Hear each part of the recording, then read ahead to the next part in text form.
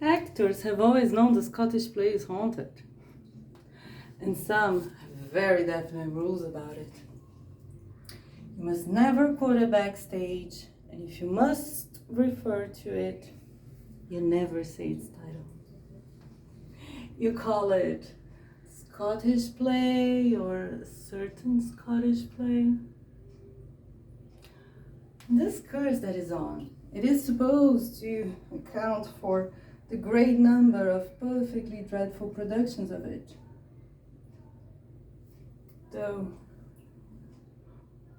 most productions of most plays are perfectly dreadful anyway, when you come right down to it.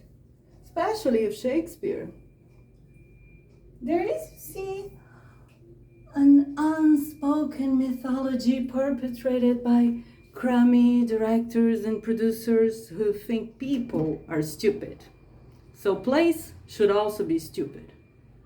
And that the easier a play is to put on, the better a play is. Which, if it were true, it would make Barefoot in the Park a much better play than King Lear.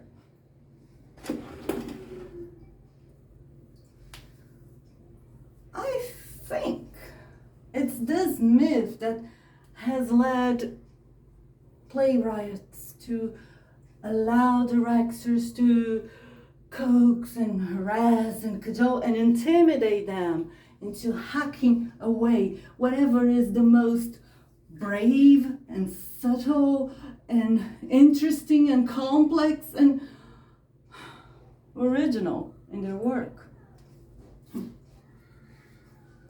The rule seems to be, if it works in the first rehearsal, okay. If it doesn't work, cut it. It's the play's fault.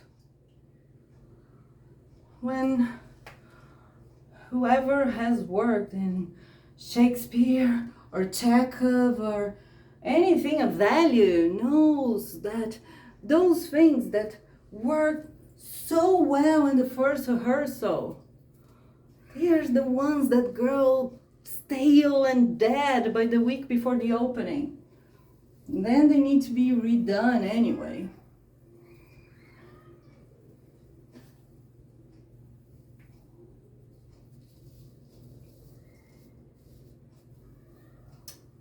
And I think those very things that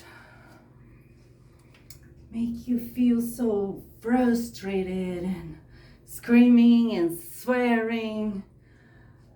Oh,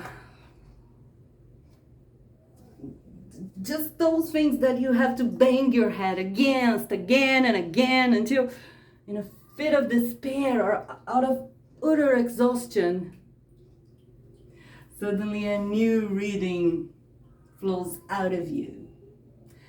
And it is not at all what you expected, but it works. And it ends up being the best part of the production. Of course, that with more modern plays, this seldom gets a chance to happen, because those very parts get cut in rehearsal. And that's why modern drama really sucks. That and greed. All the other things, I don't want to talk about it.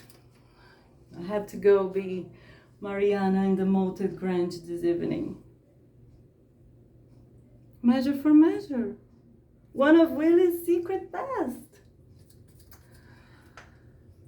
I will play William Shakespeare anytime, anywhere, to my agent's increasing fury and at the expense of many long-running national dog food and deodorant commercials that I would have lived quite comfortably on.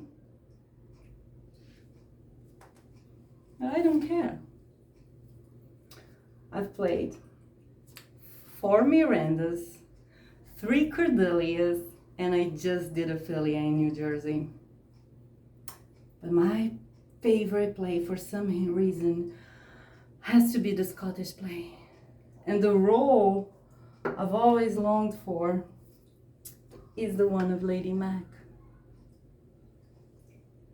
Yeah. I've been in some productions of it, and I must confess, they all have been major or minor disasters of some sort. People got whacked or mauled in the fighting scenes. Lights fell near people's heads. There were 2 bomb threats, in one of which I was playing a rather naked witch. I think that one was called by Shakespeare himself. I played all sorts of female set decoration, an attending woman, this naked witch.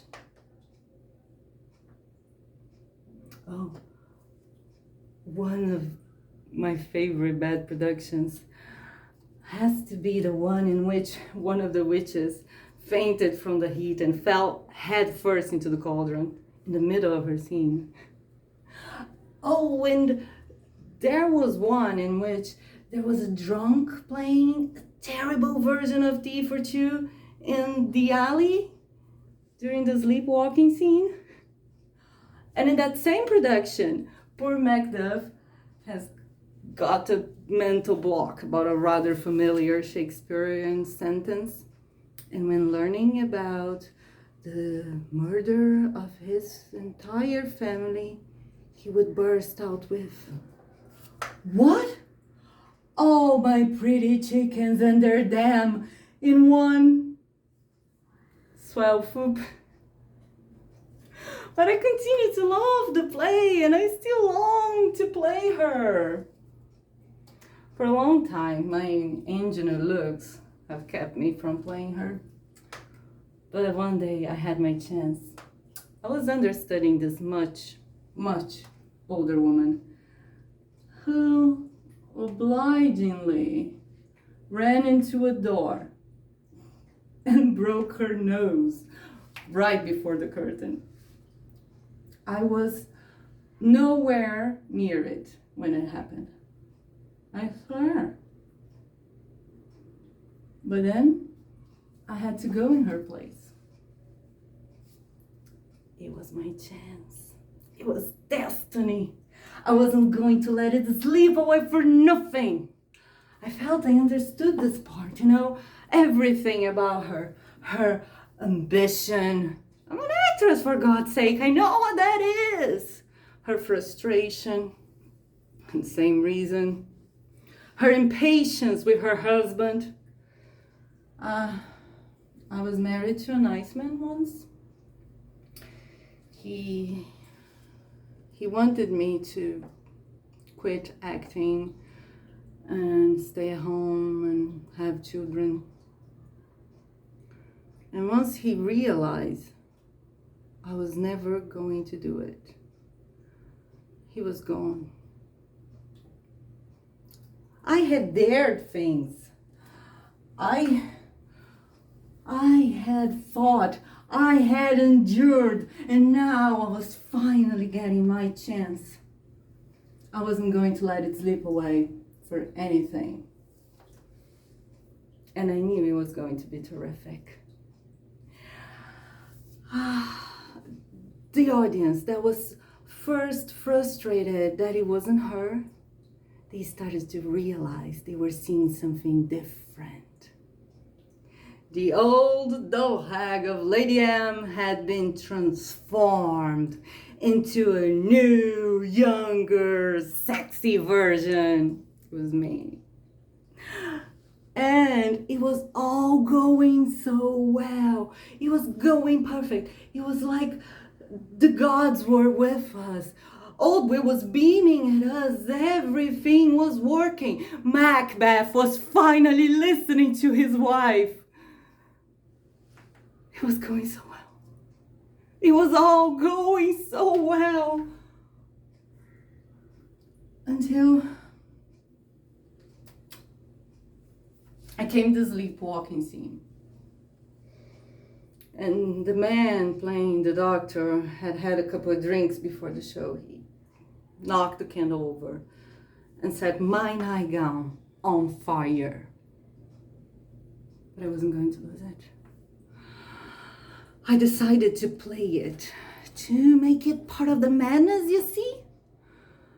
And thank God the girl playing the attending gentlewoman was quick enough to grab a bucket we had on stage. The bucket was for me to clean the blood stains of my hands. The blood stains were imaginary, you see, but the water, fortunately, was not. And the bucket was nearly full that night. I don't know for what reason. And I was soaked. She threw it on me. I was soaked. But the audience was so into it. I think they would have bought it. They would have thought it was some kind of technical tour de force on the director's behalf. But I was looking like a winner of a nightgown contest. And only for that, I think they would have kept watching. They were wanting to see the play. It could have worked. Until the gung-ho assistant stage manager, who was a bit 3 times too hyper for his job anyway, and had the hots for me. He had not ran on stage and yelled for everybody not to panic. And then fire extinguished me. I don't know, maybe we should have gone with Barefoot in the Park. The moment I've always longed for, and I was set on fire, drenched, and then covered in fawn in front of 600 people. Sometimes acting is like being punished for a crime you didn't commit. But I'll get my chance or two in my middle age. They usually cast her way too old anyway. And you know, I've been having this odd feeling, this odd fantasy lately, that I have my children to come and watch me play Lady Mac. But that is strange because I don't have any children. And as time goes by, it seems increasingly less likely that I will ever have any children. But I still keep imagining them watching me there. The thing is that actions have consequences. And even consequences have consequences. And for a long time, you don't care about it because you are young and you have things to do and places to go. The consequences, they just keep happening. Every action you do has a consequence somewhere down the line. She didn't know that. When she made him kill the king, she didn't know that. But consequences, they don't care about it. They just keep happening tomorrow and tomorrow. To the last syllable of recorded time. Shakespeare knew this. That son of a bitch knew everything. And he had children. My poor babies. I wrote them out of my play. All my pretty ones. In one swell whoop. I guess it is a curse.